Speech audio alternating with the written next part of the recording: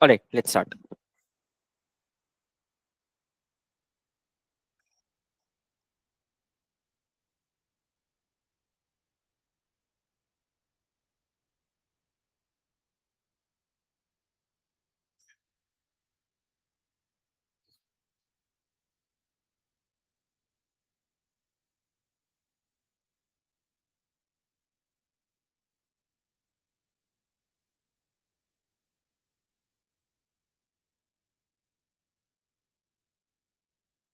Right. So in the last class, I think we had done this one specific question towards the end, wherein we were trying to value stock based on Gordon growth model. In case of Gordon growth model, the only thing that changes is that we have an infinite time period, so as to say, of receipt of dividends.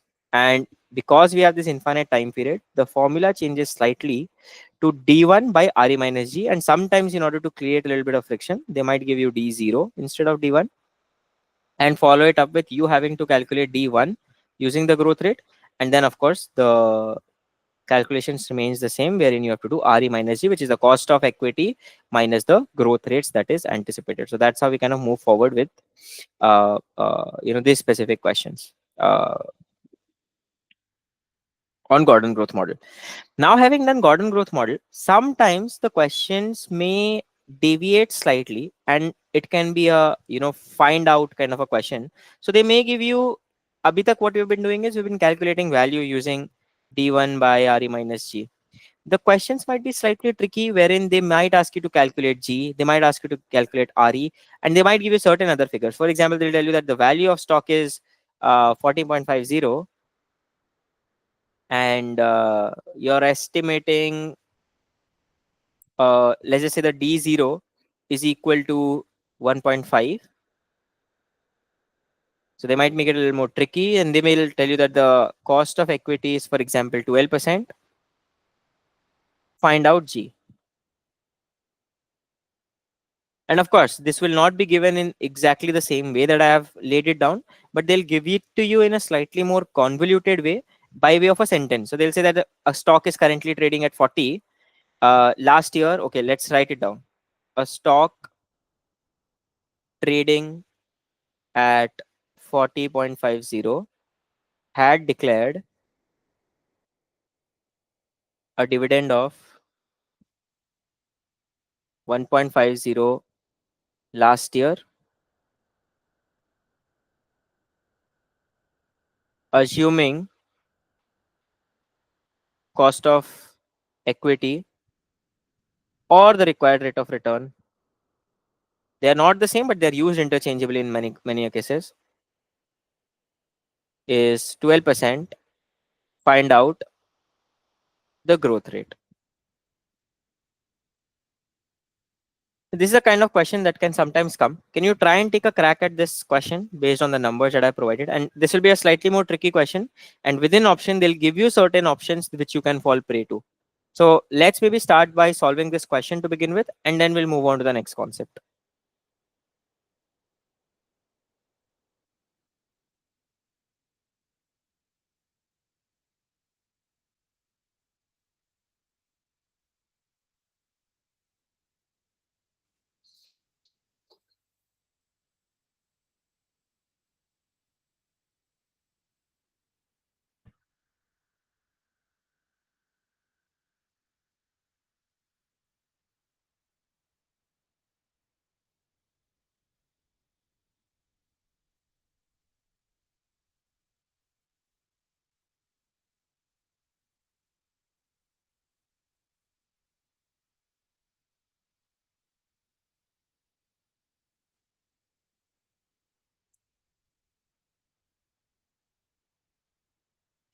Let me know once you've solved the question.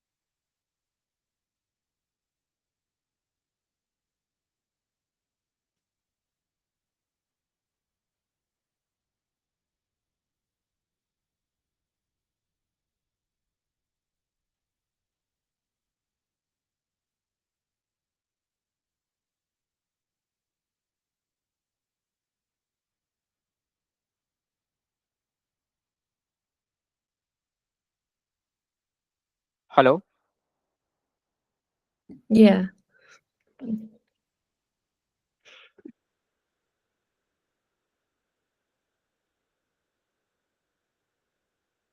Are you stuck somewhere or are you solving it?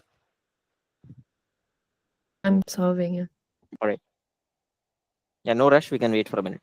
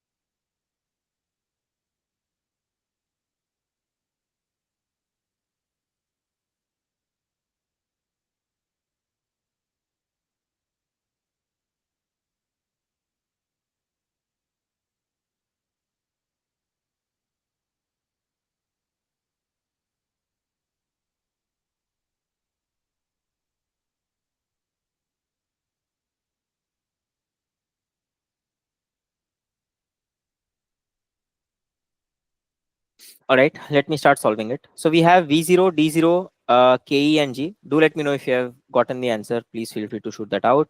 We know the formula is V0 is equal to D1 by RE minus G.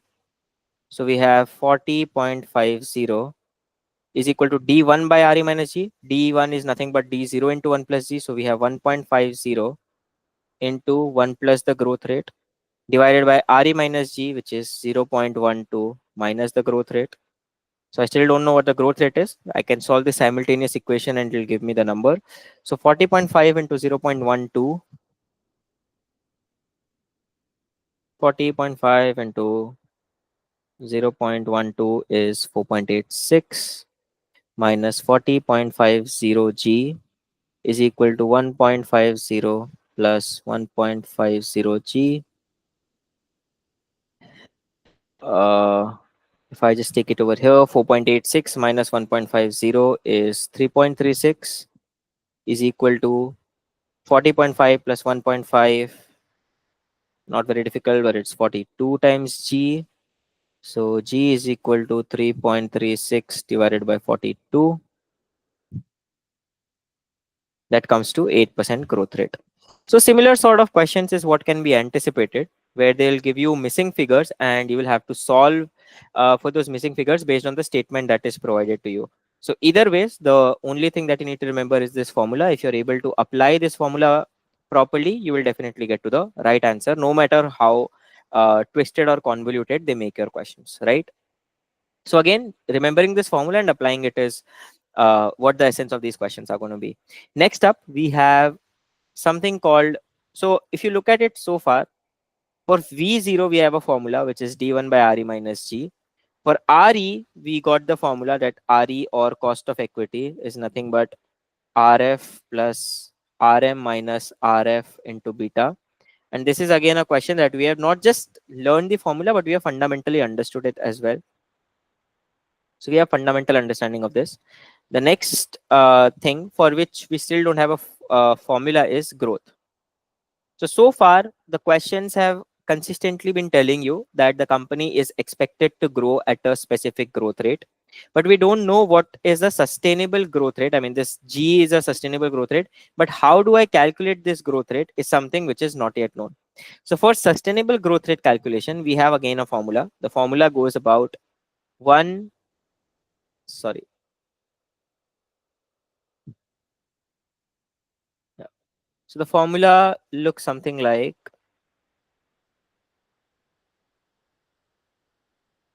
1 minus the dividend payouts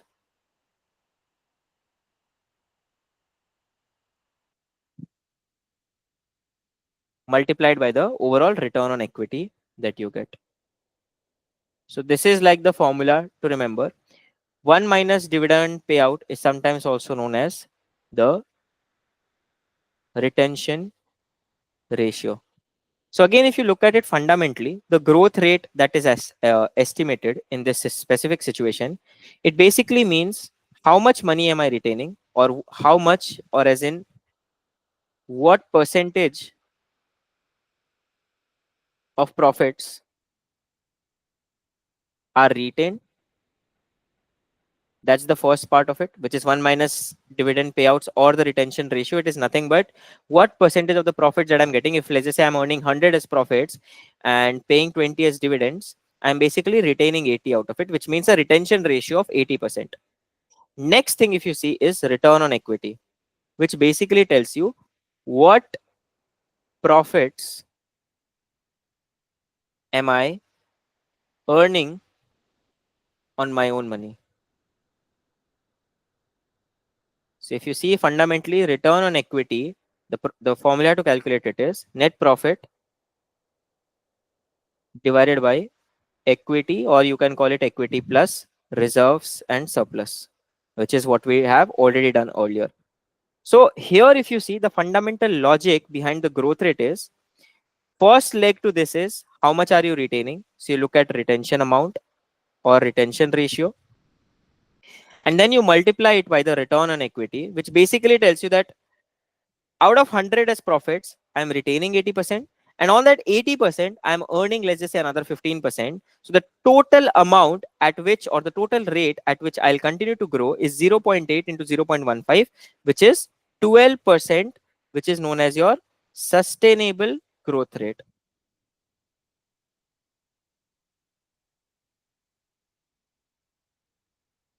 So again, this final formula for growth, do note it down, that G is equal to 1 minus dividend payout multiplied by the ROE.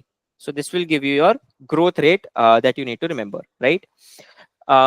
Let's look at one question. Allow me to open the book, and then we'll look at a question from this as well, which will cover up sustainable growth rate calculations. Just a second.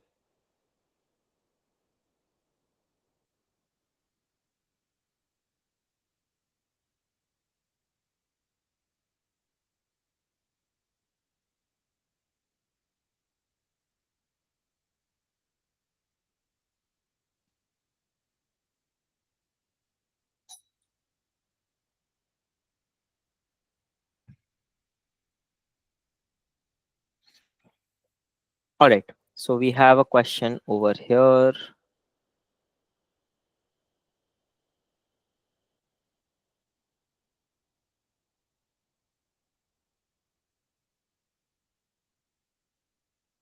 So if you see, the question that is given is, Green Inc. is expected to pay dividend equal to 25% of earnings.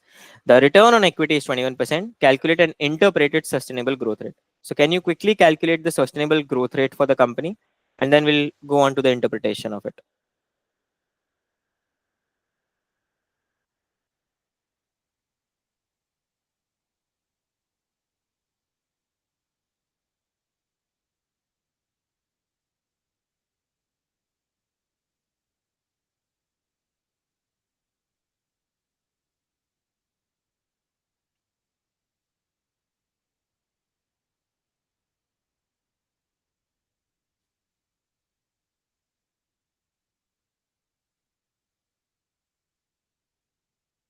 Yep, I've pinned it down.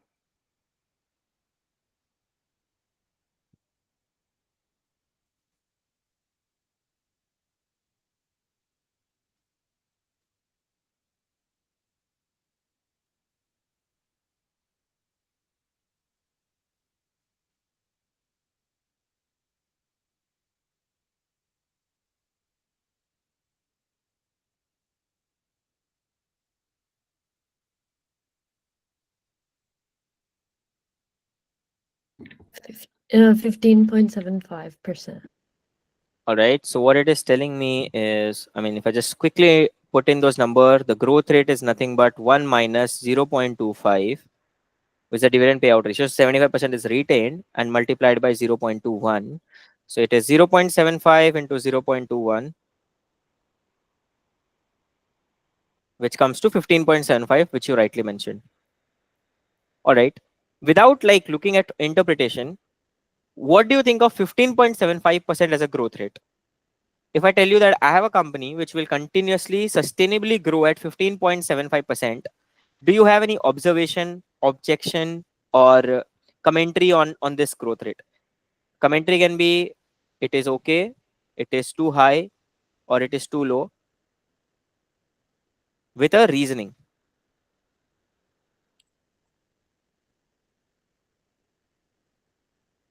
And this is like just a generic discussion. There are no right and wrong answers. If you think okay, it can be okay. If you think it is too high a number, you can say, sir, it looks a little too high because of XYZ reasons. Or if you think it's 15.75% looks too low, you can say, sir, it appears to be a very low number. I think a company should ideally grow at 30-40% per annum. And this is sustainable growth rate, which means the growth rate should ideally last for a very long period of time, like 10, 20, 30, 40 years plus.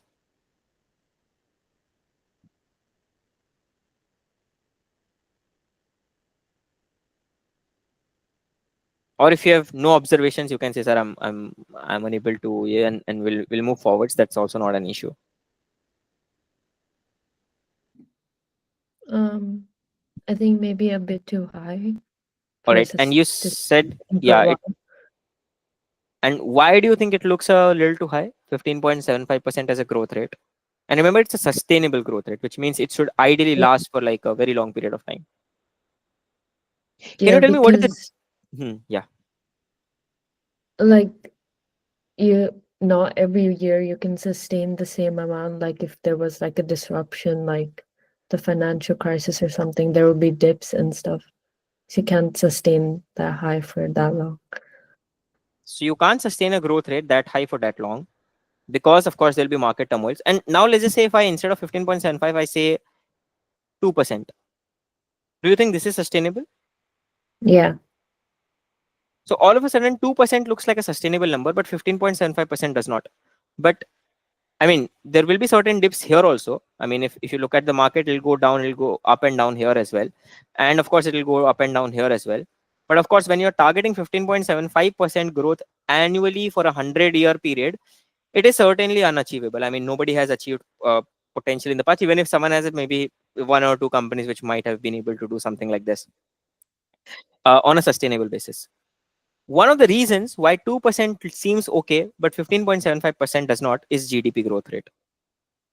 Mentally, you're saying because we constantly hear that the GDP is growing at 3% or 4%, depending upon which country you are. In India, 7% is also considered fine. For US, 2.5% might be a good enough number. Depending upon whichever country you are in, a GDP growth rate of, let's just say, 3 to 7% is what seems like a sustainable number.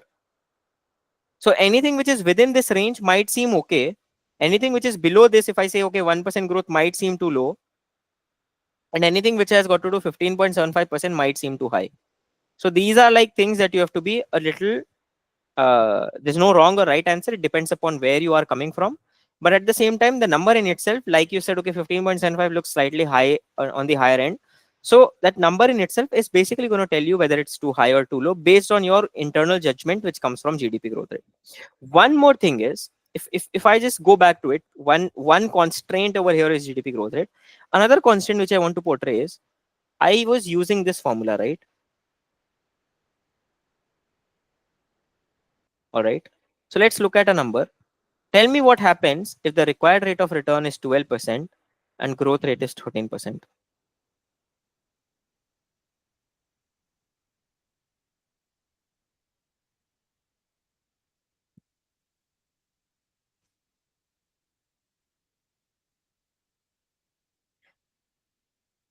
Can you tell me what do you think will happen as a result of this?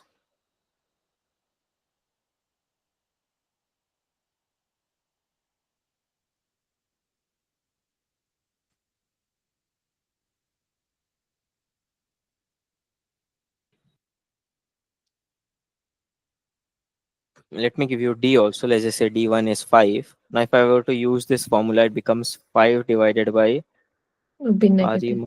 It won't be growing, it'll be shrinking. So the value basically will come to negative 500 or whatever. Does this make sense? It does not. So the reason why this formula is not working and it has stopped making sense is because in this example, I'm telling you that growth rate is greater than RE, which is not possible. Which means one of the inherent limitations of this formula is that the return or the required rate of return on equity must be greater than the rate of growth. Only then this formula can work, which is basically, if you think of it logically, it makes sense, right? If a company, whatever the growth rate of that company is, you will definitely want a return, a required rate of return to be slightly higher than that. And that is only when this will make sense. Otherwise, you're trying to say that the growth rate of this company exceeds, and this is a sustainable growth rate, which is a 100-year growth rate, exceeds the rate of return that you require on that equity, which does not make any sense at all. So idea over here continues to kind of remain the fact that the sustainable growth rate always has to be lower than your required rate of return, or required rate of return has to be higher than the sustainable growth rate, whichever way you want to look at it. So this is again one constant that you have to kind of remember. Finally, there are a couple of questions that come from over here, which are not different or difficult, so as to say. But if I just go back to the discussion that we were having, let me just go back over here. Yeah. So if you see this, the value that I'm trying to derive will be first year dividend divided by the required rate of return plus second year plus third year, and so on and so forth. There are two ways in which sometimes they make the question slightly tricky or convoluted, right? The two things are, number one, wherein dividends are not received for certain number of years. So what they'll give you is a question with a timeline something like this. So they'll tell you that year 1, year 2, year 3, year 4 and 5, and so on and so forth. Let's just say there's a continuation of timeline. They'll tell you that first year there is no dividend, second year there is no dividend, and third year onwards, from this point onwards, you're getting a 5%, 5 rupees, $5 dividend. Growth rate is say 8%, and RE is say 10%. So the question over here is, D3 is 5, growth is 8%, required rate of return is 10%. So this is how the question may be structured, and they will ask you V0. Now I know V0 is equal to D1 by RE minus G, which means today's value is 1 year later dividend divided by RE minus G, right? So that is what I know for a fact. So in this question, let's just say this question which I've given you, where I've given you D3, and let's just say D0 is 0, D1 is 0, D2 is 0, which means, again, let's build a simple timeline, 1, 2, 3, and 4.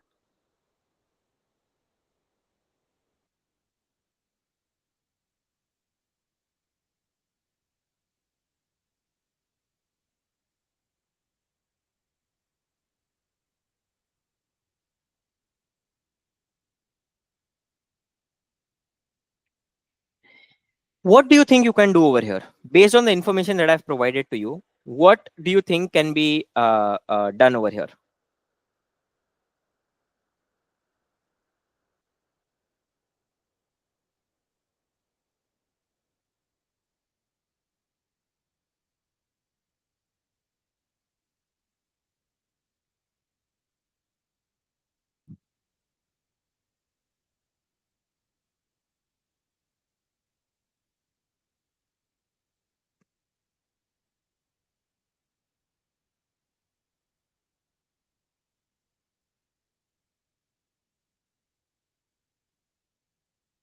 All right, let's take it the other way around.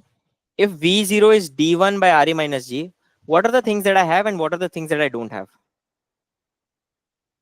I need to calculate V0, and this is the number that is presented to you, and you're asked to calculate the value at time 0. What is it that you are sitting on and what is it that you don't have?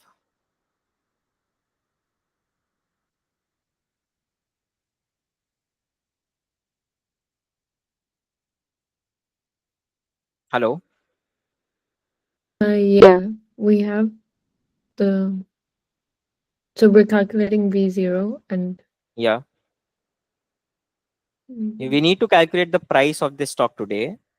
There is D1, so D0 is 0, D1 is 0, D2 is 0, and all of a sudden from third year onwards there are dividends being paid. So from third year onwards, if I just remove everything from behind and if I just look at this looks like a decent question. You have D3, you have RE, you have G, which are the things that you need. So you have dividend number and everything, but I don't know over here what the value is going to be like. So the problem over here is if I look at the formula, I don't have D1 or the D1 is 0. RE is equal to 10%. Growth is equal to 8%. So D1 is something that I don't know. I mean, it is 0. So if I start using this as a number, I'll get 0 by 0.1 minus 0.08 and I'll conclude the value as 0. But this does not make any sense. It's incorrect. Because if you think of it, the timeline is something like this. It's a growing company and there are many companies which don't pay dividend.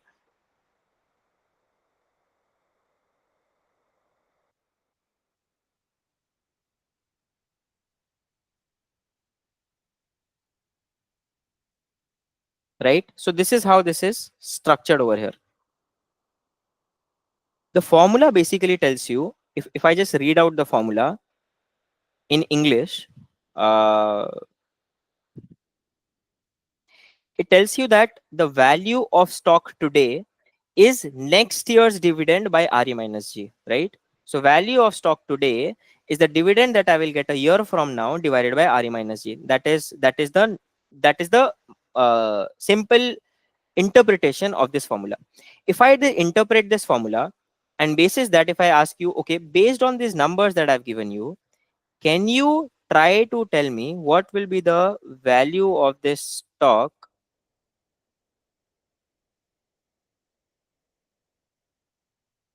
All right. Yeah. Based on this interpretation, if I ask you what is the value of this stock at time 2, so value at any time is next year's dividend divided by RE minus G, right? This is the interpretation. So you have to interpret this number in this way, that value at any given point of time is next year's dividend divided by RE minus G. So value at time 2 is going to be 5 divided by 0.10 minus 0.08, which means it is 5 divided by 0.02, which comes to 5 into 50, that is 250. But let's just calculate it. 5 divided by 0.02, this comes to 250. So the value of this stock at time 2 is 250. If I tell you that you will get $250 at time 2, what is the value at time 0? Then you'll have to discount it by 2 years. What is the discount rate? I already know that RE is equal to 10%. So V0 is nothing but V2 by 1 plus RE whole square, which basically comes to 250 divided by 1.10 whole square. And that number will be 206. 206.61. So the idea over here is, sometimes the question, instead of giving you a plain number wherein you have year 1, 2, 3, and they'll give you D1 and RE and G, they will give you D2, or they might give you D4, or they might give you D3. With whichever number you have, if you have D2, you will be able to calculate V1. If you have D4, you will be able to calculate V3. So D3, you will be able to calculate V2. So next year's dividend by RE minus G is the value today. And then if you have V1, you divide V1 by 1 plus RE to get V0. If you have V3, you divide V3 by 1 plus RE whole cube. You have to bring it back by 3 years to get V0. And if you have V2, you divide V2 by 1 plus RE whole square in order to get your V0. And that is how your value today is basically calculated. So that is how certain set of questions may be provided in such a way which might look slightly more tricky, but in reality they're not that tricky. They'll just give you dividend at a certain point of time in the future. So that is one question. So question number 1, wherein differences can be there, is D0 is not given. but instead they will give you D3 or D4 or D5. If there is D3, D4, D5, you'll be able to calculate V2, V3, V4, and then you have to pull it back by 2 or 3 or 4 years in order to get your V0. That's like the first type of distinct question which can be given, right? Second thing which they would usually do is, and it's called a multi-stage growth model. What does a multi-stage growth model do? So instead of giving you D1 and RE and G together, they'll tell you that, okay, it's a growing company. At the end of it's just a continuation of actually what we have done at the end of first, second, third, and fourth. So they'll tell you that, you know what, D1 will be 5, D2 will be 3, and from D3 onwards, the company will pay 5 as dividend with growth as 8% and RE as 10%. So it becomes a multi-stage model where D1 is something, this is unique, this is unique, and from here onwards, it is nothing but a continuation of this problem only, where you have a different number. So how to solve this kind of a problem? Here you pull everything back. Because our fundamental discussion tells us that the value today is nothing but the present value of all futures cash flows. So V0 will be present value of future dividend, which is D1 discounted to present value. So I'll discount this first, and then I'll discount this, which will be D2 divided by 1 plus RE whole square. Now I need to discount D3 as well. Now, how do I do that? I'll actually use this in order to calculate my number. How do I calculate my number? From D3, I can calculate my V2. V2 will be equal to D3 divided by RE minus G. This will give me my V2. And when I have V2, I pull it back by 2 years in order to get to my actual number. So here my number will be V2 being calculated. And this is what my value is going to be like. So it's a two-step process where you first calculate V2 and then you incorporate that V2 over here, and then you calculate the present value in order to get your V0 as on a specific date. So that's how your questions may sometimes be presented in order to just create a little bit of friction. But in reality, these are not difficult questions. This is just an alternative way of representation to make questions look more trickier than what they actually are. So these are the last two things that you have to remember. Not remember, but these are just a couple of varieties of questions that you should ideally be able to do in order to ensure that you can get your numbers, right? So let's look at both of these questions. One where we don't have D0, but we are given D3 or D4 or something. If you are given D4, we calculate V3. If you're given D3, we calculate V2. And then we pull back V2 by 2 years in order to get to my V0. So that is one variety of question that can come. I think we should have this question as next one. Yeah. So here you have this question. It's presented, I think, in a good way. Uh, okay, a firm with no current dividend. A firm currently pays no dividend, but is expected to pay dividend at the end of year 4. So I have year 4's dividend given, which means I can calculate V3.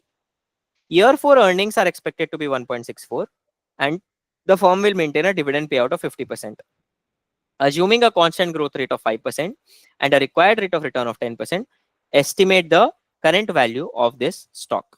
So let's try and solve for this question. What is this question telling me? Let's note this down. So here, let's build a quick timeline that will help us understand this in an easier way. It starts from year 4 onwards. So 1, 2, 3, 4, and 5. What it is telling me is that D1 is 0, D2 is 0, D3 is also 0, and they will start paying me dividend from year 4 onwards. This is the first time that I will start getting dividend. Now, they have not given me the dividend number, but they have given me the way to calculate it. So what they have told me is earnings or EPS for year 4 is 1.64. Dividend payout is equal to how much? It's 50%. So that tells me I'll earn 1.64 and 50% will be paid out as dividend. So D4, which is the 4th year dividend, is going to be 1.64 multiplied by 50%. This comes to 0.82. So now that I have D4 is equal to 0.82, next I know that growth rate is equal to 0.05 or 5%, whatever way I represent, and the required rate of return is 0.10 slash 10%. So these are the three numbers which are provided to me. Using this, I know that if I have D4, G and RE, I can calculate V3. How can I calculate V3? V3 will be equal to D4 by RE minus G. So this is 0.82 divided by 0.10 minus 0.05. So the number comes to 0.82 divided by 0.05, which is $16.4. So I have V3 as $16.4. If V3 is $16.4, V0 is equal to V3 divided by 1 plus the rate of return to the power of 3. Because if you see over here, D4 gives me this. So I have value at time 3. Value at time 3 needs to be pulled back by 1, 2, 3 years in order to give me my value 0. So V0 is V3 by 1 plus RE whole cube. This is equal to 16.4 divided by 1 plus 0.1 to the power of 3. So that becomes 16.4 divided by 1.1 to the power of 3. So this comes to $12.32 per share. So that's how certain questions may be presented, where instead of giving you D1 and making your life easy, they'll give you D2, D3 or D4 and they will ask you to calculate. Let's see how they've done it. The first step is to find out the value of stock at year 3 because I have D4. Remember that P3 is the present value of dividend in 4 years through infinity. So D4 is equal to the dividend into this. So you get 0.82 as dividend. You divide it in order to get your value, which is 16.4 over here. And the next steps to calculate V0 is basically dividing it by a factor of 1.1 to the power of 3. And that gives you exactly same number of 12.32 over here. So just be a little careful when instead of next year's dividend, they give you third year or fourth year dividend. It's just, I don't want to create a special formula for this. You just need to remember that let's just create actually a formula. Vn is equal to dn plus 1 divided by Re minus G. So this gives you Vn, and V0 is equal to Vn. एक second. Yeah. And V0 will be equal to Vn divided by 1 plus Re to the power of n. So this is like the two-step process that we can use in order to ensure that we'll always get to the right number. The last one, as you can see, I think it's already presented, multi-stage dividend growth model. Again, not a difficult one. Instead of giving you a plain dividend, they'll give you different times dividend and a certain point of time wherein it becomes sustainable. So let's look at a quick question which will help us understand this. Right. The question over here is presented. Consider a stock with dividends that are expected to grow at 15% per year for the next 2 years, after which they are expected to grow at 5% per year indefinitely. The last year's dividend was 1. Cost of equity is 11%. Calculate the value of the stock using multi-stage growth model. Should ideally be simple. Let's just create a timeline. I'll create the timeline and I'll ask you to solve this. So over here, what they've done is, let's declutter everything. Last year's dividend was $1. All right. Next year's dividend, so it will increase by 15% per year for 2 years. So next year's dividend becomes 1.15. Again, for the next 2 years, it has said. So 1.15 into 15%, it becomes 1.3225. So it grows by 15% for 2 years. Consider a stock which has dividend expected 15% for the 2 years. Last year was 1. Year 1 is 1.15. Year 2 is 1.3225. And then it increases at 5% indefinitely. So D3 is the point from which it becomes an definitely a 5% growth rate. So if I see D3, it is 1.388625. So D3 is 1.388625. Growth rate is 5%. And then I have cost of equity as 11%. The process here will be to first use D3, G, and RE to calculate V2. Once I have gotten V2, I will do D1 pulled back by 1 year and D2 plus V2 pulled back by 2 years. So first I need to calculate the present value of these dividends at time 2. Once I know the value at time 2, I will use the second year's dividend and second year's value, pull it back by 2 years, and first year's dividend, I'll pull it back by 1 year, and adding these two should ideally give me my number. Now I have laid down the entire framework. I'll give you 5 minutes. Try to solve this question. After 5 minutes, I'll try to solve it by myself. But if you have any questions, if there's anything that you've not understood, anything that seems difficult, do let me know that as well, and we'll get done with this question. This will be the last of the, I would say, difficult questions that can potentially come. Nothing more difficult than this can be expected from calculation of values of equity. So that basically sums up what we are trying to learn from this chapter. More or less, it completes everything. So last question, I kind of throw you under the bus on this question. Do take a crack at this, and then we'll move on to the next valuation methodology, which is um, relative valuation, right? So time starts now. Take out 5 minutes. Try to solve this and let me know what the, basically let me know everything. V2 and V0, both these numbers. The time starts now.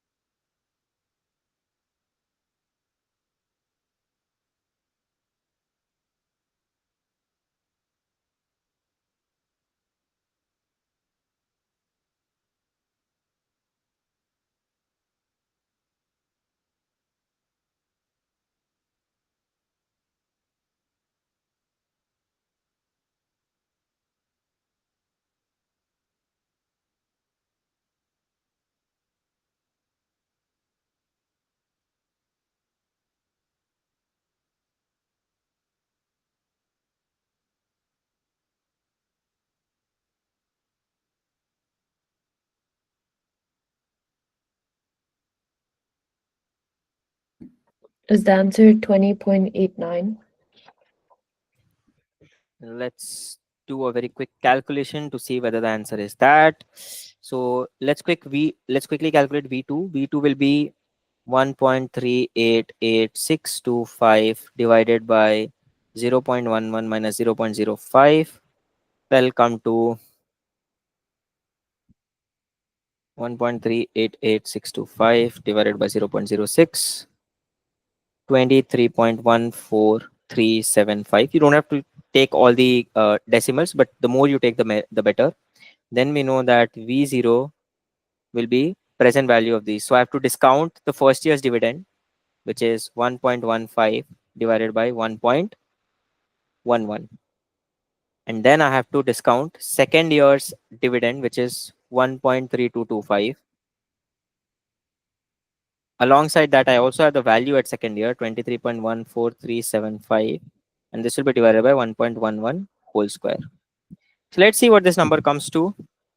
1.3225 plus 1 plus 23.14375 comes to 24.46625 divided by 1.11 whole square, and you have 1.15 divided by 1.11.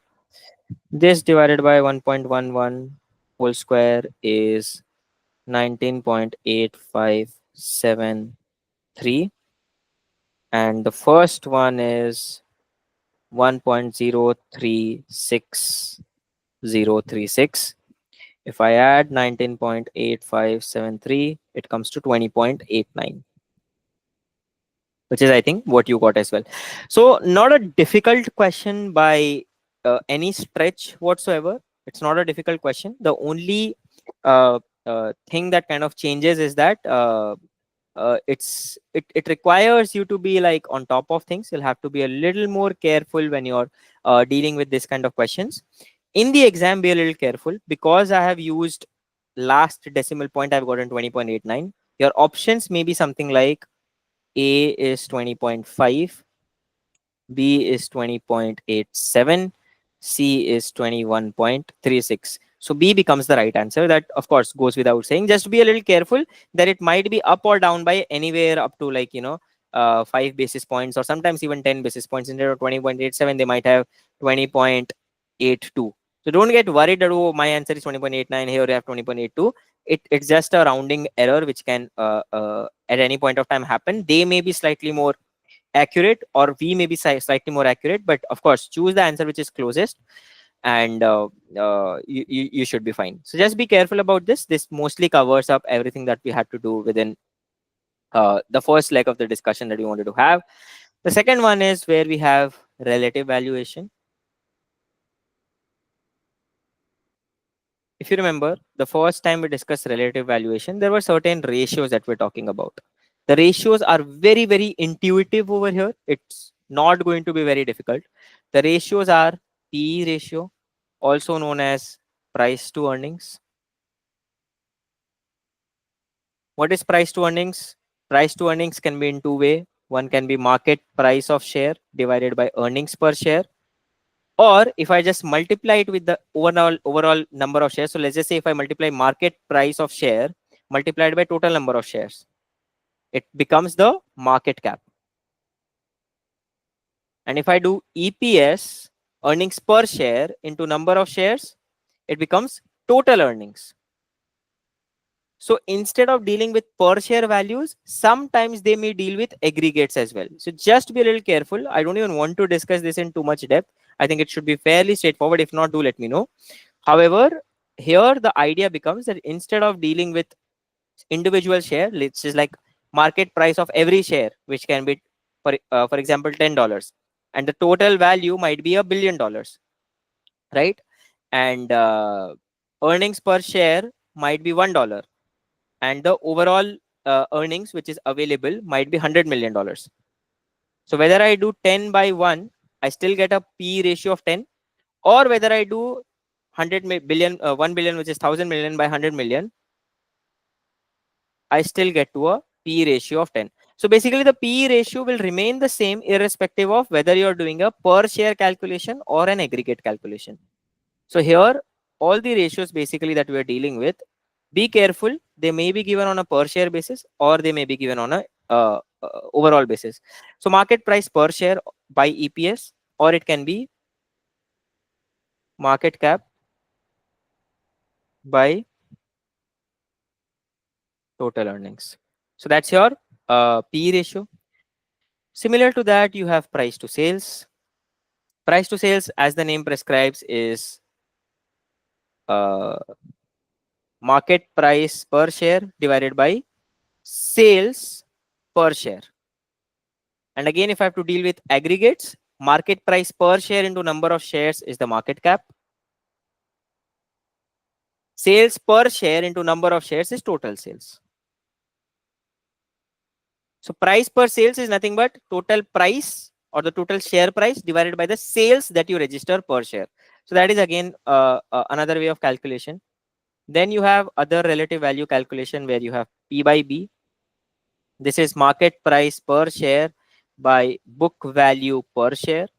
Again, if I deal with it in aggregates, it becomes market cap divided by book value per share into number of shares will be total book value.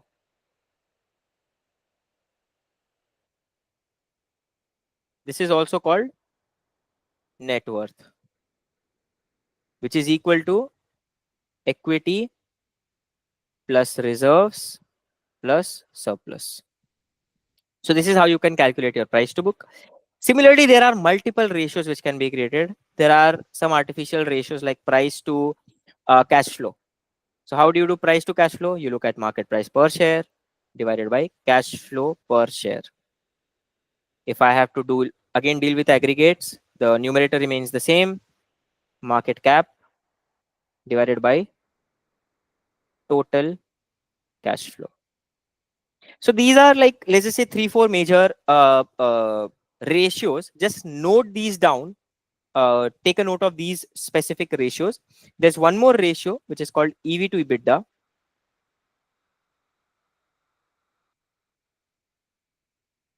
which is, as the name prescribes, enterprise value divided by EBITDA.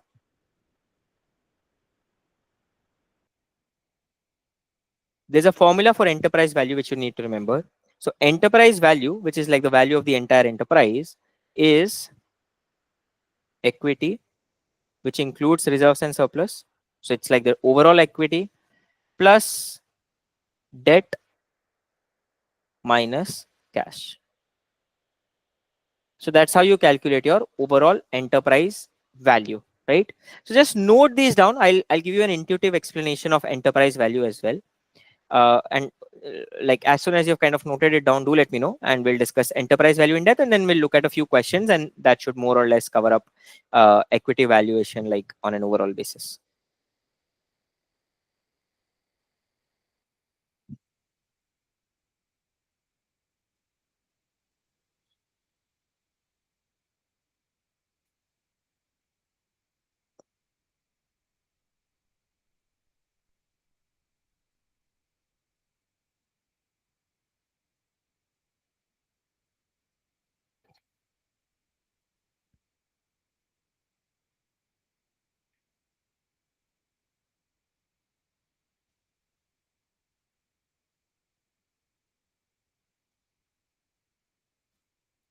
Right. So let's see what EV/EBITDA means. Enterprise value. So if you think of it broadly, what enterprise value tells you is the overall value of company or overall value of enterprise,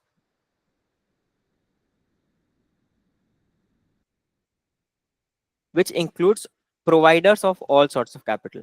So if I have to give an analogy, the way to think of it is, let's just say if there's a house, which is, let's just say Unilever. Up until now, most of the discussions that I was having was with respect to equity. So I was only talking about equity. I was only talking about V0. I was only talking about dividends. I was only talking about earnings for equity. I was only talking about retention ratio for equity. I was only talking about growth for equity. But a company cannot sustain only on equity. I mean, most companies cannot sustain on equities. Unilever might, because it's a giant FMCG giant. They may not need a lot of debt. But the way to think of a company is that a company does not just need equity to survive. A company will always have multi-facets to it. Some part of the company is going to be equity, some part of it is going to be debt, and the company will also have some cash to it. So let's just say there's a company called XYZ, right? Let's just assume there's a company called XYZ, right? When you're completely buying this company XYZ, right? Let's assume the company has already taken a loan in their books. Let's just assume their debt is $100, right? Let's assume their equity is $200. So let's assume there's a company called XYZ which has equity worth $200, and let's assume their debt worth $200. If you want to completely buy out XYZ, like completely as in you have to fully take over this entire company, will you pay 300, or will you pay 200, or will you pay 100? How much do you think you're going to pay in order to fully buy this entire company when the value of equity is 200 and the value of debt is 100?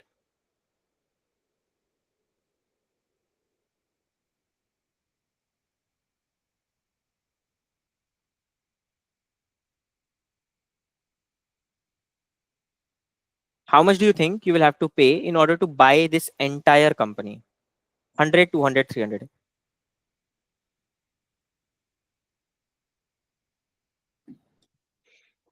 Mm, 200. So let's just say you pay 200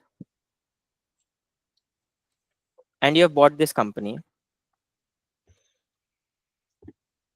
right? When you're normally buying shares, you're only dealing with equities. But let's just say you bought this full company. If these debt holders now come to you and ask for their repayment, what will you do? Who will pay this debt now? Now that you've acquired this company and these debt holders who have provided 100 worth of capital to this XYZ company, and now it's your company, who will pay this 100?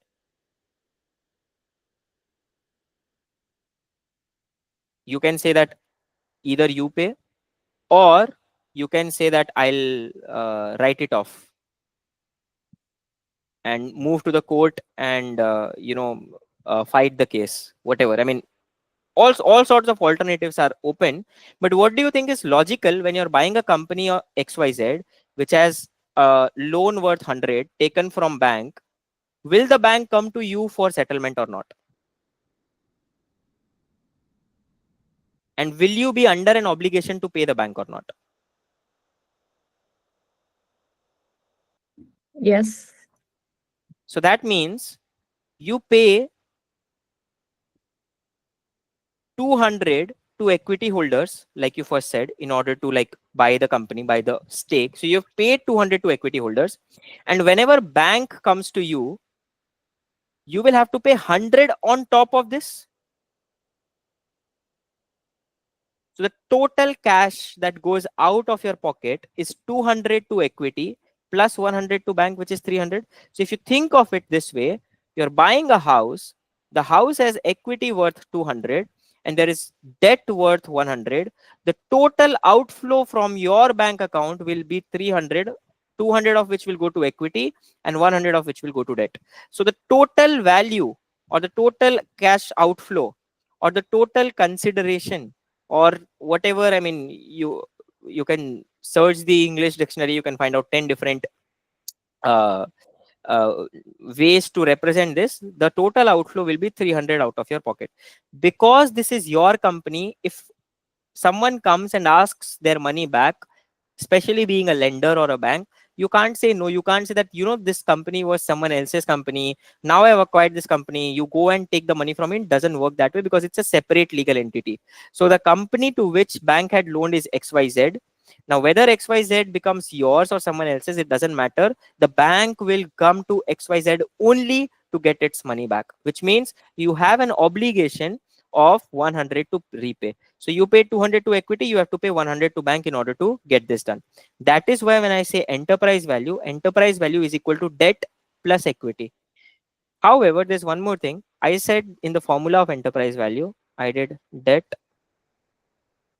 plus equity minus cash. The reason why I reduce cash from over here is because let's just say you acquired XYZ. How did you acquire XYZ? You acquired XYZ by paying 200 to equity. When lenders came, you had to pay 100 to debt holders also, to bank. This is the example that we are kind of sitting on at this point of time. Let us assume that XYZ, when you acquired it, it had $50 dollars in their bank account. Now, if you think of it this way, okay, you have paid 200 to equity, you have paid 100 to debt, and you have 50 cash.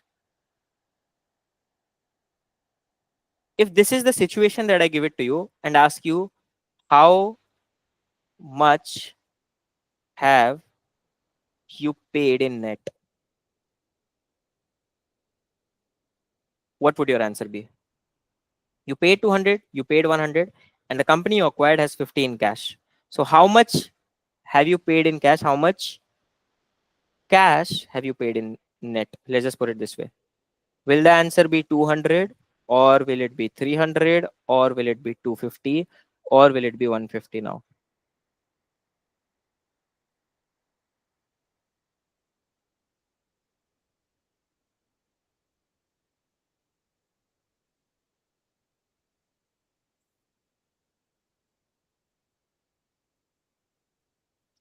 Put yourself in the shoe.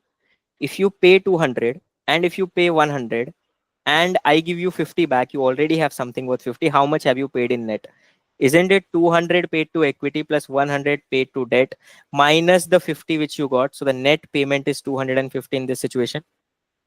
So it's like you acquired, I mean, an analogy for this would be going back to the house. Let's just say you acquired a house where you paid 200 to equity and you paid 100 to debt, and the house had a safe within it, and you opened up the safe and you found out the safe has 50 rupees. So you bought a house, you paid 200 to buy that house, you paid 100 to the bank to buy that house, and when you opened the house you found 50 worth of cash within that house. So how much have you paid net to buy that house? You paid 200 plus 100 minus 50. So the overall consideration is always debt plus equity minus cash, which is 200 plus 100 minus 50 in this situation. So that's how you calculate enterprise value, which is the value that you have to pay in order to get hold of the full company along with the cash that is sitting on it. So similar to that, if I go back to this example, if you buy a house, pay 200 plus 100 and the house already has 50 within it, you open the safe and you find 50, you have net paid 200 plus 100 minus 50, which is 250. I don't think it should be difficult to register. So let me know if there's anything that is not understood. More than happy to repeat it. One thing from within this that we are supposed to know is, if you go back to the last example that we had done, V0 was equal to next year's dividend, the dividend that I'm expected to pay the next year, divided by RE minus G. I can write price or whatever it is, but you basically get an idea, right? Now, price to earnings is equal to market price per share divided by earnings per share. Let's make a change to this formula. If I divide, so this is what it is. Let's bring it back here. V0 is the same as price. So I'll say price or P0 or price, whatever I want to call it, is next year's dividend by RE minus G. Divide both sides by E. So what it becomes is, let's move this. So I have P over here. Just a second.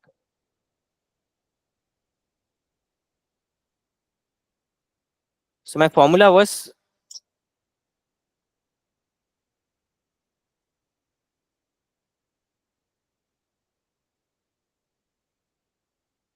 price is equal to d1 by re minus g. Now if I divide both sides by e, p by e is equal to d1 by re minus g whole divided by e. Now if there is 2 by 3 whole divided by 4, it is the same as 2 divided by 4 and then whole divided by 3, because it becomes a division. If you just look at it, the answer will come the same. It's basically factoring it up, which is, you can also write it as 2 divided by 3 into 4. You can write it in whatever way you want, but uh, this is just an alternate representation. So if I just take that into consideration, I can redraft it as,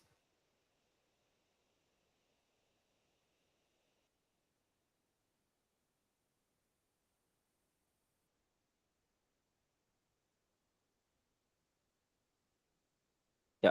So I can redraft it by saying that price by earnings is equal to dividend by earnings divided by RE minus G. What is price by earnings? This is PE ratio. What is dividend by earnings? Dividend by earnings, if my earning, if you remember the last question, there was 1.82 earnings and 50% dividend payout ratio. What does that mean? It basically means that uh, dividend by earnings is the dividend payout ratio in total.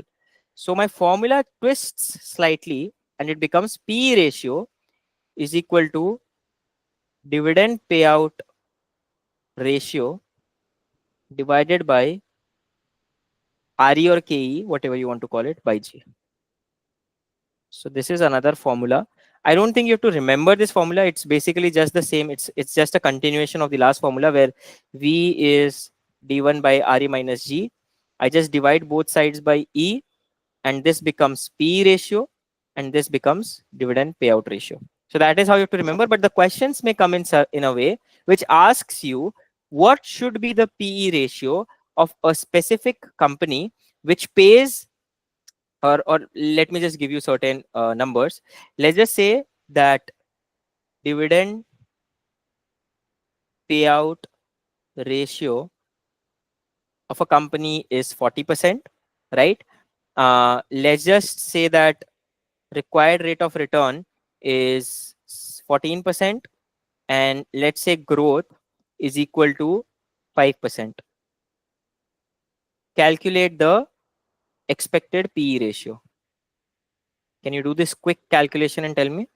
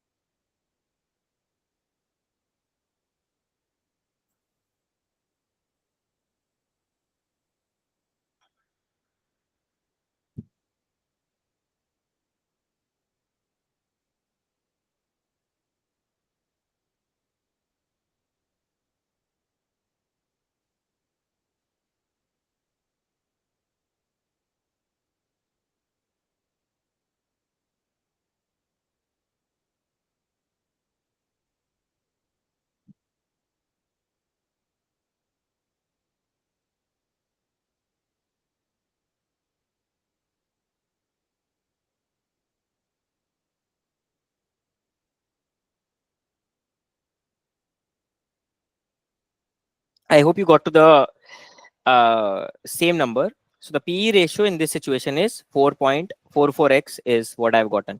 So this is one of the ways in which the questions may sometime be asked or sometime be presented to you.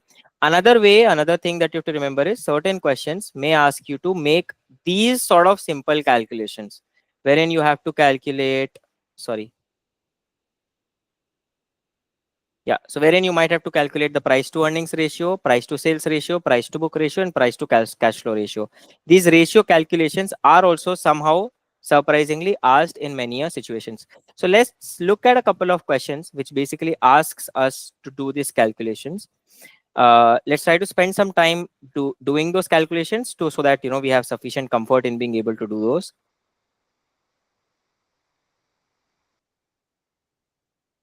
All right. So similar to this, you have one question. So the dividend payout is 30%.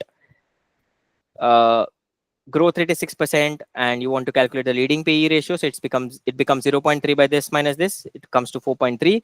We got a similar number, but of course our numbers were dissimilar to this. So of course we got something else. Going forward, yeah, this is actually a good question which asks you multiple things, right? So if you look at it, my PE ratio is dividend payout by RE minus G. If my dividend payout is high, will my PE ratio be high or low? If my dividend payout is a high number, will my PE ratio increase or decrease? So if I'm increasing my dividend payout, will my PE ratio go up or will it go down? It will go up. Why?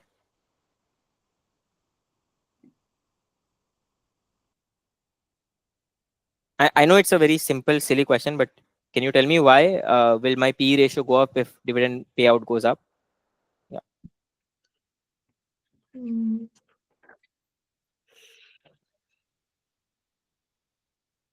I mean, if I just go, it's a very simple question. It's a numerator, right? If I Mm. increase the numerator, this is definitely going to go up. If instead of 0.4, if I put a 0.6, which is 0.6 by 0.09, this number will of course be higher, right? So there are these two, three ways in which if I just give you this equation, P is equal to dividend payout by RE minus G, and I ask you, how can you increase the PE ratio? I can increase the PE ratio by increasing this, or by increasing this, or by decreasing this, right? So if my dividend payout is higher, my PE ratio will be higher. If my growth rate is higher, my PE ratio will be higher because higher growth rate will mean a lower denominator. If my RE is lower, then the overall denominator will still go down and my PE ratio will be higher. So any number, if you have to increase, you have to either increase the denominator or decrease the denominator. That's unitary mathematics, right? So for that reason, if you see the question over here, what it is asking you is, there's a company called Holt Industries, which makes decorative items. The dividend payout ratio of Holt is 25. The industry average is 16. If industry pays 16% and Holt is paying higher over here, if you see, if my dividend payout is higher, definitely the PE ratio for Holt will be higher because they're paying higher dividends. Same applies for other things as well. If you look at sales growth, if my sales is growing at a higher percentage than the industry, if my sales is growing faster, my profits will also be growing faster and my growth rate will be faster, right? So if my sales are growing faster and my profitability overall is growing faster, that will mean that my overall growth rate will also be higher, right? As a result of this, it will ensure that my PE ratio is higher. So, I mean, if I just declutter this, let's just see, it says,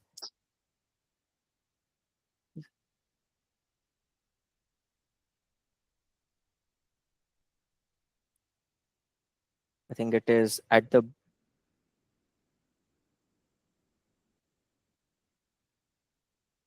all right, anyways, doesn't matter. So here, my idea, the question was that PE ratio is dividend payout by RE minus G. Now let's see how it is contributing to everything. First one says dividend payout is higher.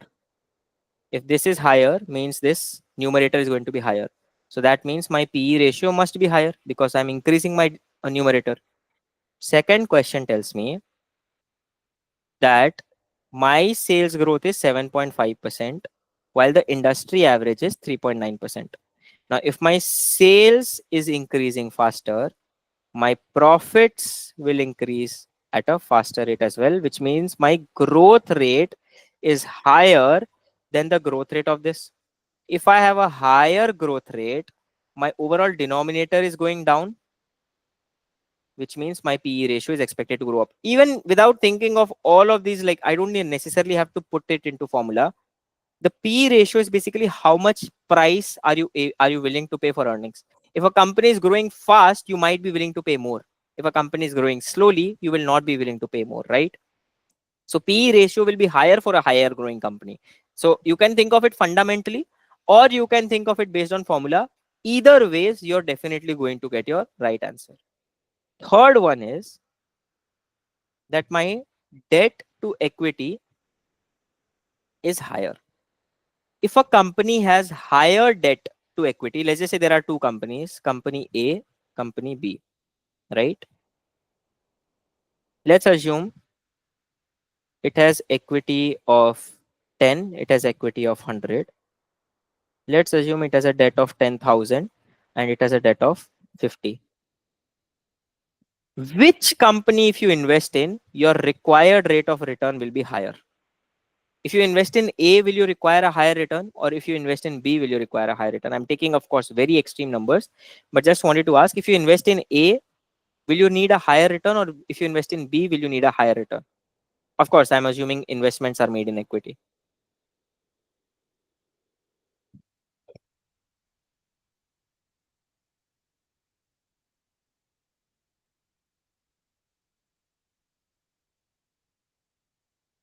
If you don't know, you can say don't know. I'll explain, not an issue. But uh, where do you think if you're investing, you will need a higher rate of return? A.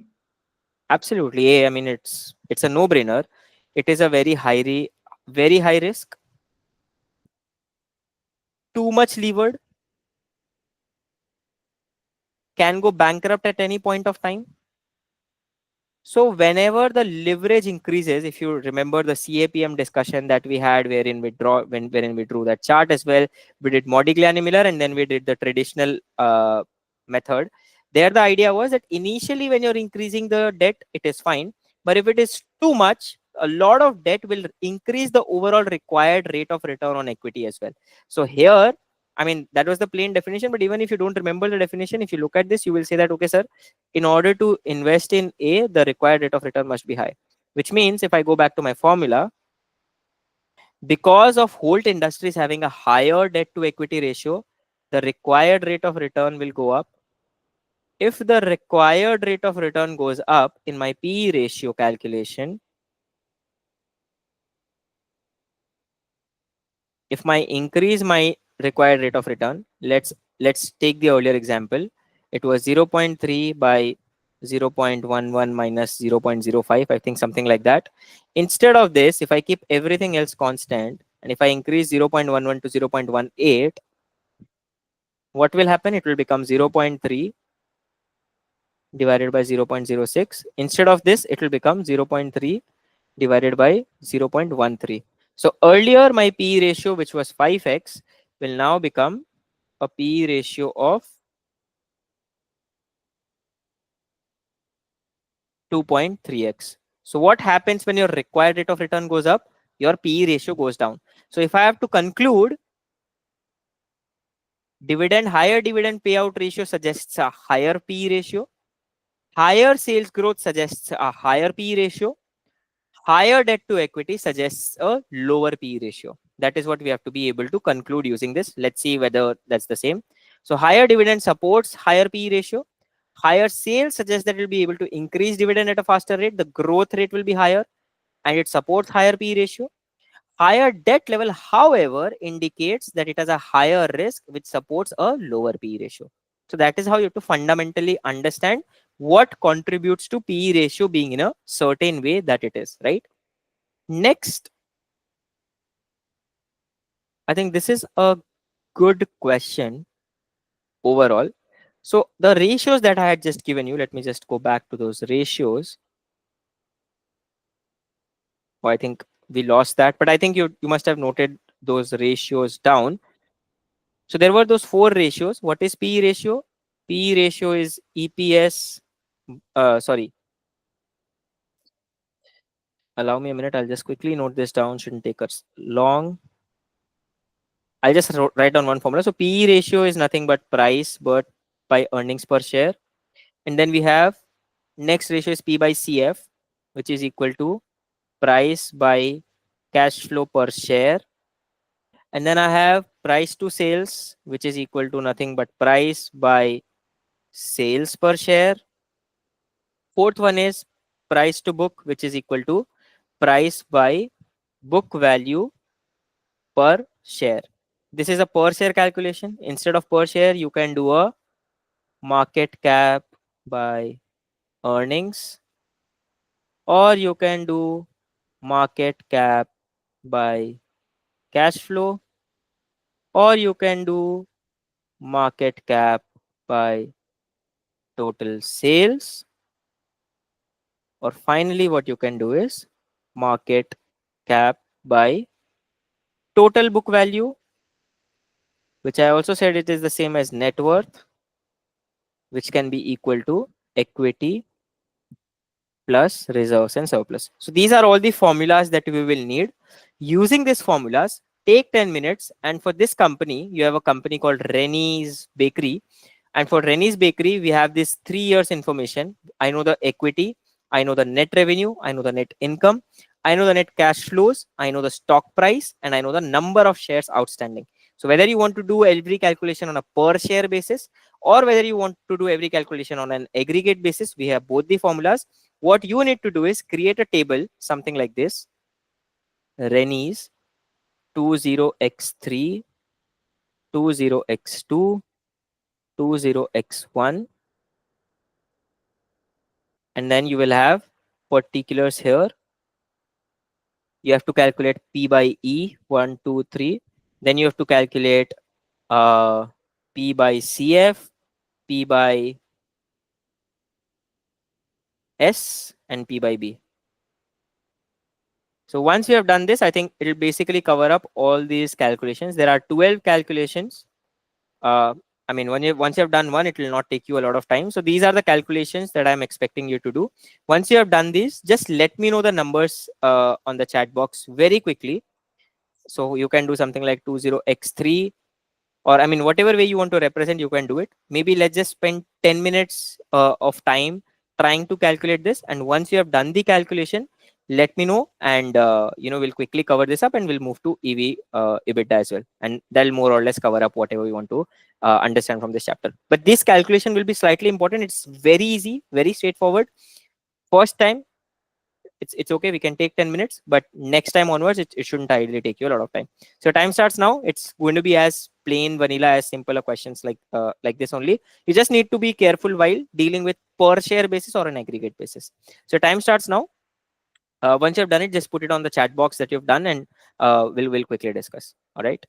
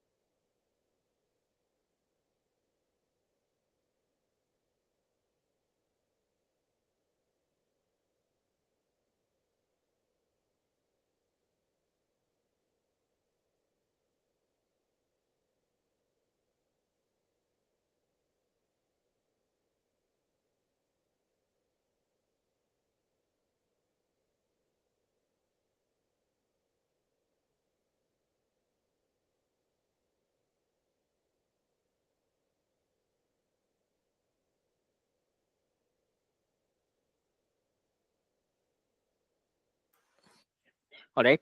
I hope you had sufficient time doing this. Let's just maybe do a couple of this. I think in another 2 3 minutes we should be able to quickly cover this up. So the numbers over here are just need to be a little careful. It says that other than these numbers, which are except the stock price, everything is in millions. So here all the numbers are in millions is what I have to be a little careful about. Anyways, let's do a quick calculation, and whenever we're doing it, should ideally be doing it for all the three. So here let's do a P, which is the first one. Let's not think about anything. So P will be price by earnings. I know the stock price, which is not in millions. So everything else is in millions. So instead of going to that, let's just do a per share calculation. It'll be easier. So I know the price per share. I need to know the earnings per share. So let's see how earnings per share are. EPS will be total profit by number of shares. My net income is 3.2. So first year's EPS is 3.2 by 4.476. So that comes to 0.7149. Second year's EPS is 1.10 earnings, 3.994 is the number of shares. So it is 0.2754. And similarly, 2011's earnings is 0.40 is the net income. 3.823 is the number of shares outstanding. So it becomes 0.1046. So EPS is this. Price per share is already given. It is 11.4, 14.4, 12.05. So price to earnings will be this divided by this. So I have 11.4 divided by 0.7149 coming in at 15.94x or 95x actually. Then I have 14.4 divided by 0.2754, which comes to 52.29x. Then I have 12.05 divided by 0.1046. That comes to 105.20, 115.20x. So that way, in a couple of minutes, I think we can do everything. So we have done this. Let's do cash flows as well. Let's see cash flow per share. I have total cash flows given here. Let's divide everything on a per share basis. 17.9 divided by 4.476 comes to 3.999. We can also write it 4. I mean, doesn't really matter.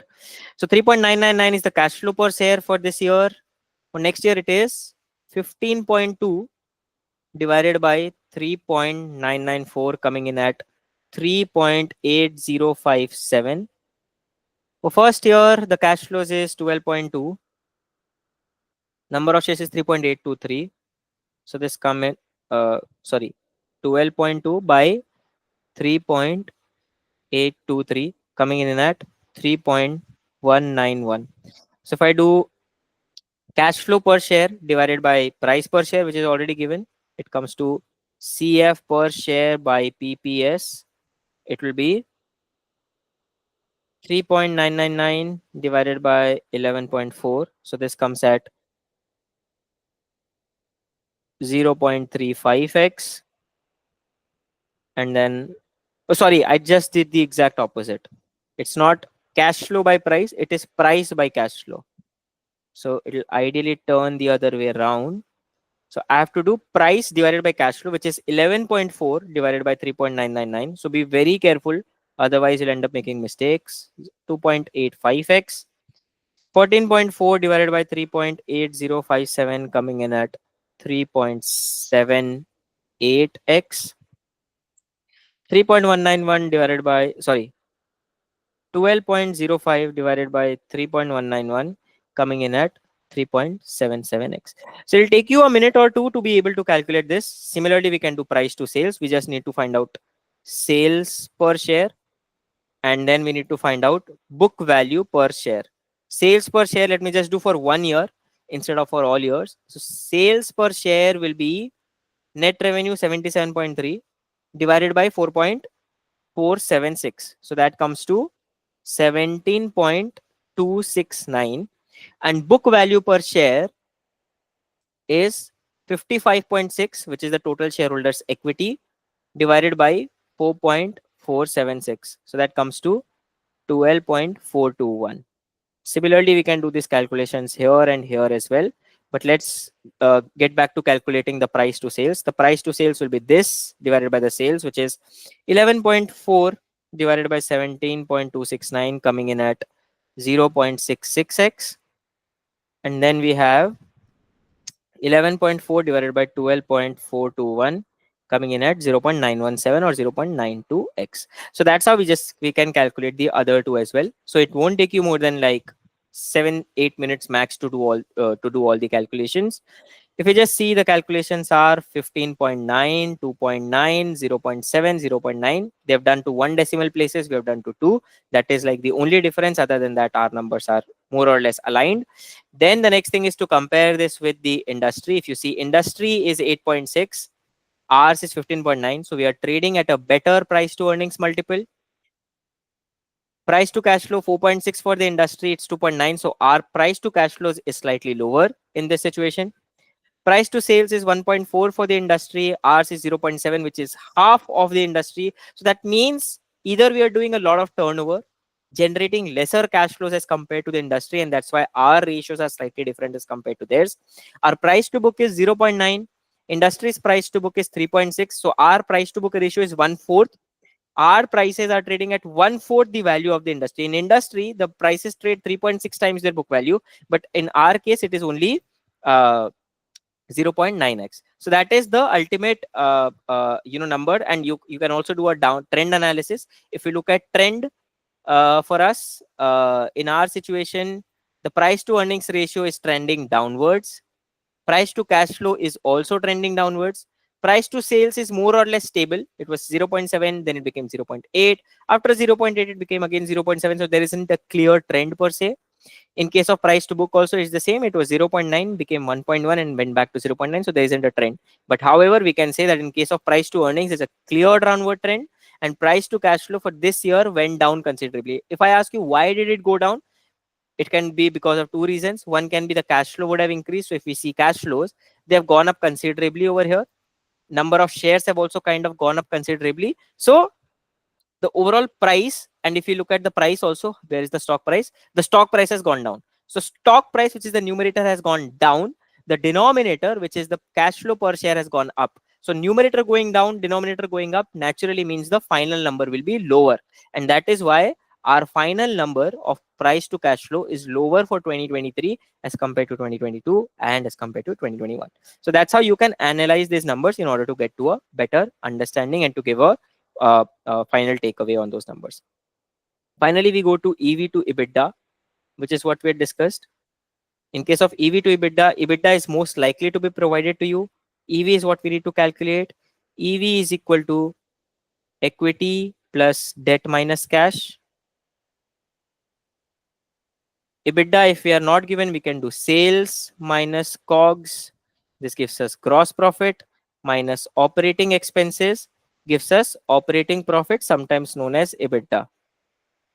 Or EBITDA can also be calculated this way, that EBITDA is earnings before depreciation and everything. So if I have PAT, I'll add the tax paid, I will add interest, I will add depreciation, and I will add amortization. So this will give me all the earnings before depreciation, amortization, and interest and taxes. So there are two ways, top down, bottom up, whichever way you can calculate your EBITDA. So let's see one question which asks us to do the EV EBITDA calculation. Yeah, so this is a good question. The EBITDA is already provided at $1,000,000. We need to calculate the EV EBITDA multiple. If I have EBITDA and I need EV to EBITDA, I basically need to calculate the enterprise value. We know the formula for calculation of enterprise value. Enterprise value is equal to debt plus equity minus cash and marketable securities. So you can quickly do this calculation and let me know the EV EBITDA multiple for this. We'll basically move on to the last leg of discussion, which should like get covered in like another 10 minutes. So very quickly do this EV EBITDA calculation and then we'll move on to the last one.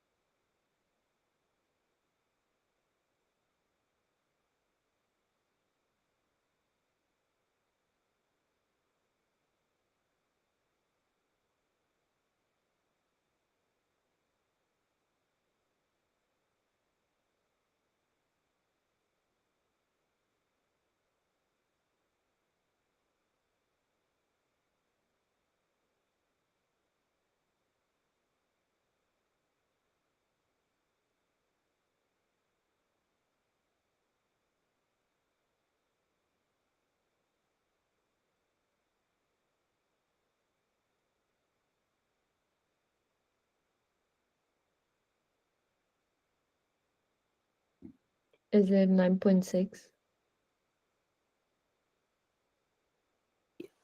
Let's see what it is at. The question over here, it says Daniel Inc. is a manufacturer of small refrigerators and other appliances. The following figures are given except for the market value of long-term debt. So market value of long-term debt is not given, which has been estimated from the financial market data. All right. So I need for EV, I basically need debt plus equity minus cash. Equity is of course taken at market value. Be very careful. Debt should also be taken at market value. It should ideally be taken. I mean, both of them should ideally always be taken at market value, not their book value, as long as it is available. So let's see what are the numbers that we have. Let's see equity first. I have stock price of 40 and shares outstanding is 200,000. So 200,000 times 40 will basically tell me how much 200,000 multiplied by 40 gives me an 8 million as the number for equity. So this is my equity. Let's see what cash is there. I think it's directly given. Cash and marketable security is 250,000, which is kind of very simple. I don't know if I miscalculated the stock price. 6 seconds. It's 200,000 multiplied by 40. That comes to 8 million. So this is 8 million. This is 250K. Now I need debt. Debt, they have said that book value of long term debt is 900,000. Yes. Market value of long term debt is 600,000. I will, of course, only pick up the market value, not the book value. Finally, I have book value of total debt. Book value of total debt, which is given as 2.1 million, which is 2100 my 000. So, which means I need to calculate how much total debt I need to take, which is making it slightly more complicated than what it would otherwise have been. But the numbers here will be important. So it tells me total book value of debt is 2.1 million. If I reduce the book value of long-term debt, which is how much? 900,000. I'll basically get the book value of short-term debt, which is 1.2 million. So this is book value of short-term debt. Now I told you I need everything in market value because everything should ideally be taken at market value, because when you're buying it, you'll pay to the market. You'll not pay according to the book value. The book value of stock price might be $1. That doesn't matter. You'll buy it from the market. So everything is based on market value. So now that I have, if I just look at my enterprise value calculation, it is market value of equity plus market value of debt minus cash. I have this, I have this. Within market value of debt, it's actually bifurcated into two buckets, long term and short term. Long term, I have book value as 900,000, market value as 600,000. Short term, I have book value as 1.2 million, and market value is not given. I mean, I've incorrectly written 0, but yeah, the thing is, it is not actually given. So when it is not given, the best assumption that you can make is market value is equal to book value, because I mean, there is no other assumption which I can technically make in this situation, right? So now if I just do the calculation, my market value of debt will be long term plus short term. Long term is 600K, short term is 1200K. So it becomes 1.8 million in total. So this is my total value of debt. My equities total value was 8 million, and the cash's total value is 250K. So enterprise value becomes 8 million, 8 triple zero triple zero plus 1,800,000 minus 250,000. So that comes to 8,000 plus 1,800 minus 250. So that comes to 9,550,000. So that is my enterprise value. My EBITDA is already given. EBITDA is 1 million. So just like you said, 9.6 EV to EBITDA is 9550000 by 1000000. That comes to 9.55x EV EBITDA. In this kind of questions, if exactly same numbers etc. were given, the EV EBITDA ratio in options will be very tight. So it will be like 9.4, 9.55, and 9.65x, something like this, because the odds of getting off will be very low. So they won't be rounding it off in many a situations. They may round it off, but most likely that they're not going to round it off. So just to be a little careful in the rounding errors, which can potentially happen here and there. Just be the only thing I think to take out from over here was to calculate the market value of debt. If you calculate the market value of debt correctly, you will 100% get to the right answer. If you don't, you might end up missing out certain things here and there. But I think now that we have covered it up, that should be pretty much flexible. So by now we have done cash flow based, we have done dividend discount model, we have done Gordan growth model. Within Gordan growth, we had no dividends for few years. We had patterned dividends, which is what we did today. For first 2 years, it will grow by 15%, then it will grow by 5%. All of those questions is what we did. So all of those was cash flow based analysis. Right now, we are just doing is relative valuation. Within this, we looked at 5 formulas: price to earnings, price to cash flows, price to sales, and then I think we had price to book. And right now we just did EV to EBITDA. So these are all the relative valuation that we need to know. Finally, there is book value concept. In case of book value, like I've told you, it is total assets minus total liabilities, which tells you what your net worth is. And whatever is your net worth is your value. The only thing, the only catch in these kind of questions are they will tell you that assets to be revalued, or sometimes liabilities to be revalued. So what they'll technically do is in a question similar to this, they will say that okay, there are assets A, B, and C. A is worth 1 million, B is worth 1.2 million, C is worth 800k, and then you have liabilities A, B, and C, which is worth 800k, 200k, 1.25 million, something like this. And now they will say, okay, C is undervalued by 10%, and here C is overvalued by 10%. Some sort of adjustments like this is what they'll give you, which means you'll have to just recalculate this. So if this is overvalued, let's just say A plus B plus C, the fair value will be 1000 plus 1200 plus 800 divided by 1.1. So that gives me a total of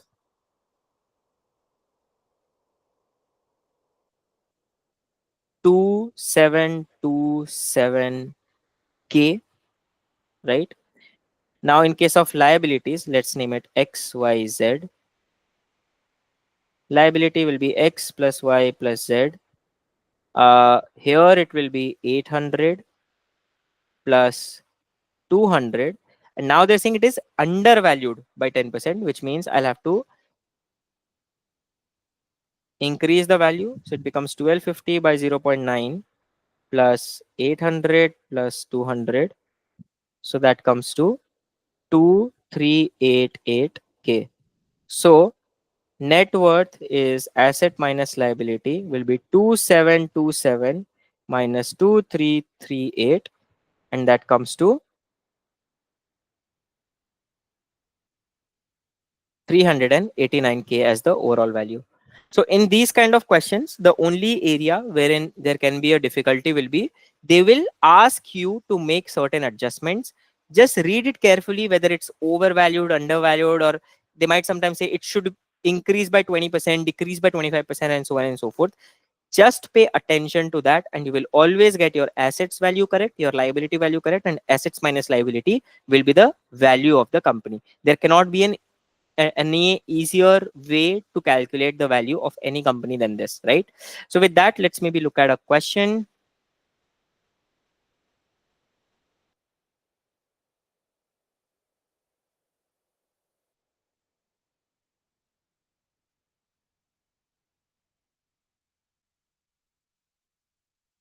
All right.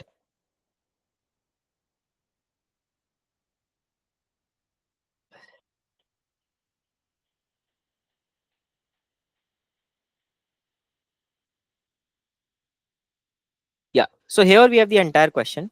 It says that Williams Optical is a publicly traded company. An analyst estimates that the market value of fixed assets, which is this 120K, is 120% of the book value. Li- Liability and short-term market values are assumed to be equal to the book value. So there's just one adjustment over here. The firm has 2,000 shares outstanding. Using selected financial results in the table given below, calculate the firm's net assets on a per share basis. You have to calculate net assets, which is what we just did, and then do it on a per share basis. So it should not take you more than 2-3 minutes. Let's just quickly get done with this question, and that will end up our discussion on equities and equity valuations too. So just take out a couple of minutes and let me know the answer. We'll quickly solve it and move ahead.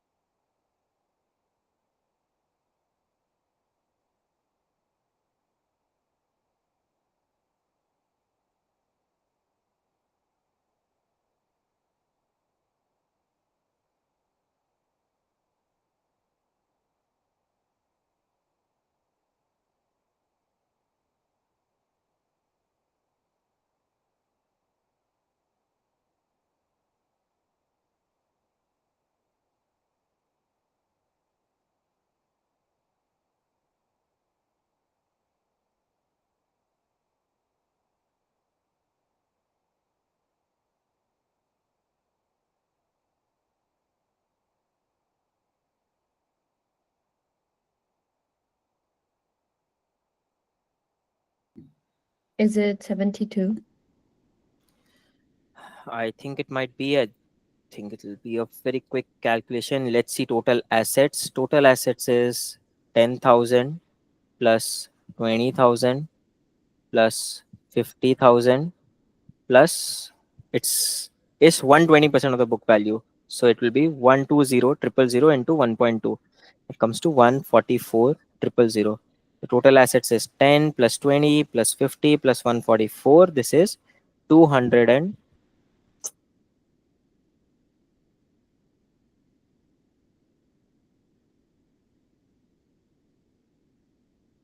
224,000 is my total assets. Total liability is already given, so I think I'll just rather simply do the calculation. Fly 5 plus 30 plus 45 Be careful, don't add stockholders equity. That's equity, that is not your this thing liability. So this comes to 80,000. There are no adjustments that I can see. So assets minus liability is 224 minus 80, coming in at 144k. If I divide this by the number of shares which is given, which is 2000, it comes to $72 per share. So that is the overall value. Uh, let's see if it is 72. Yes, it is 72. So that's basically all the value that we needed. There are a few questions over here. Maybe we'll just update this as time progresses. But I think that more or less covers up everything that we wanted to cover from equity.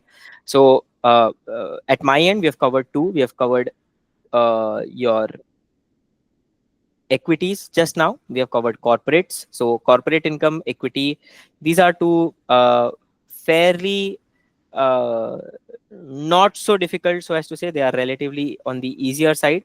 I think the next one which will pick up might be slightly more, again, not difficult. Difficult would be an incorrect statement, but rather a little more interesting, and again heavy on number crunching, which we are just doing right now. So we'll probably be picking up your derivatives going forward. Not very extensive, will be super interesting, and then we'll again be solving a lot of problems over there as well. So let's pick up derivatives as the next section going forward from the next class, which will be on 1st of March, right? So I'll see you on 1st March, same time. We'll start and we'll pick up with derivatives. Take care. Bye. Okay, bye.